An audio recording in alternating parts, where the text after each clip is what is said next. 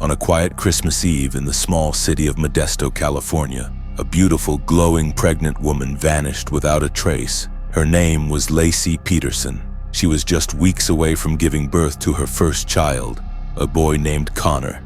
Her husband, Scott Peterson, said he had gone fishing. But what followed would unravel into one of the most shocking, divisive, and chilling murder trials in American history. A wife, an unborn child, a grieving family, a calm husband, a secret lover, a boat, and the dark, unforgiving tides of the San Francisco Bay. Was it a carefully calculated murder hidden beneath the surface of suburbia? Or was it the tragic misjudgment of a flawed man turned scapegoat by public opinion? This is the haunting case of Lacey Peterson.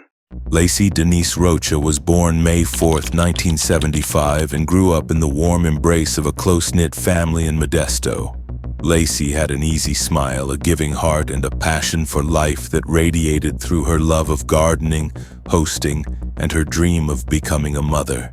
She met Scott Lee Peterson while studying at California Polytechnic State University. Handsome, charismatic, driven, their chemistry was instant. By 1997, they were married and soon after moved to Modesto to begin a new chapter. Lacey worked part-time as a substitute teacher, while Scott took a job with a fertilizer company. By 2002, everything looked picture perfect. A lovely home, a loyal golden retriever named Mackenzie, and most importantly, a baby on the way. Lacey was 8 months pregnant with their son, Connor. The couple had even picked out his nursery and were excitedly counting down to his February due date. But all that hope, all that promise, would disappear by Christmas. December 24th, 2002. It was a cold but calm morning. Lacey reportedly planned to watch Martha Stewart bake cookies, mop the floors, and walk the dog. She was nesting, preparing for motherhood. According to Scott, he left the house around 9:30 a.m. to go fishing at the Berkeley Marina, 90 miles away. A strange outing for Christmas Eve, but he claimed the weather was mild and the tides were right. By late afternoon, Scott said he returned to an empty house. Lacey's car was in the driveway. Mackenzie, their dog, was alone in the backyard, its leash still attached. He showered, he washed his clothes. Then he called Lacey's mother, asking if she was there. She wasn't. By 6 p.m., a missing persons report was filed. The nightmare had begun. Police began searching the neighborhood. Lacey's keys, sunglasses, wallet, and purse were all found at home. Her cell phone, unused. Neighbors claimed to have seen Mackenzie wandering the streets alone as early as 10:18 a.m. From the start, Scott Peterson's demeanor stood out. Calm, cold, unconcerned. Lead detectives John Bueller and Alan Brocchini were troubled by his lack of urgency, and as the search grew with helicopters, canines, volunteers, and a $500,000 reward, one thing became painfully clear.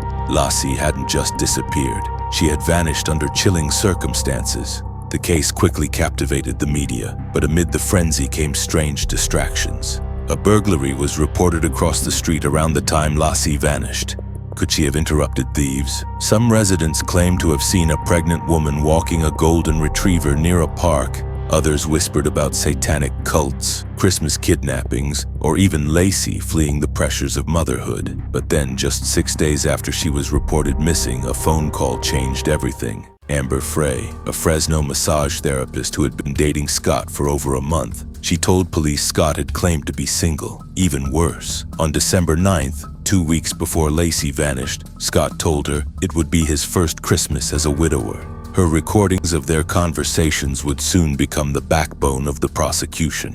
As suspicion mounted, investigators followed Scott's every move. They discovered he'd recently purchased a small fishing boat. A single strand of hair matching Lacey's was found in a pair of pliers on the boat. They found homemade concrete anchors in his warehouse, speculating he made several to weigh a body down. Then on April 13, 2003, nearly 4 months later, a passerby made a gruesome discovery on the shore near Richmond, the body of a late-term male fetus. The next day, a torso washed ashore. It was Lacey, decomposed, dismembered. Her head and limbs were missing. The DNA was conclusive. Lacey and Connor were gone. The bay Scott had fished in, was now a graveyard. On April 18, 2003, police arrested Scott Peterson near a golf course in La Jolla. He had dyed his hair. He was carrying $15,000 in cash, survival gear, multiple phones, and his brother's ID. Was he fleeing or simply paranoid? The trial began in June 2004, and it was a media spectacle. The prosecution painted Scott as a cheating husband who wanted freedom and killed his wife to escape responsibility. The defense argued there was no direct evidence, no murder weapon, no eyewitnesses, no confession, just a man judged for being unfaithful. But the weight of circumstantial evidence, phone calls, changing stories, and that haunting calm was too much for the jury to ignore. On November 12, 2004, Scott Peterson was convicted of first-degree murder for Lassie and second-degree murder for Connor. He was sentenced to death. Later, that sentence was reduced to life without parole after a retrial on sentencing. But the story didn't end there. Years later, new questions surfaced. Juror misconduct, alleged new witnesses, and in 2024, the LA Innocence Project took up Scott's case, citing new evidence. Even now, more than 2 decades later, Scott Peterson and his defenders maintain his innocence. The prosecution stands by its case, and the nation remains divided. Did a cunning killer fool everyone with a smile, or was a flawed man buried by a tidal wave of judgment? One truth remains undeniable. On a day meant for celebration, a mother and her unborn son disappeared forever.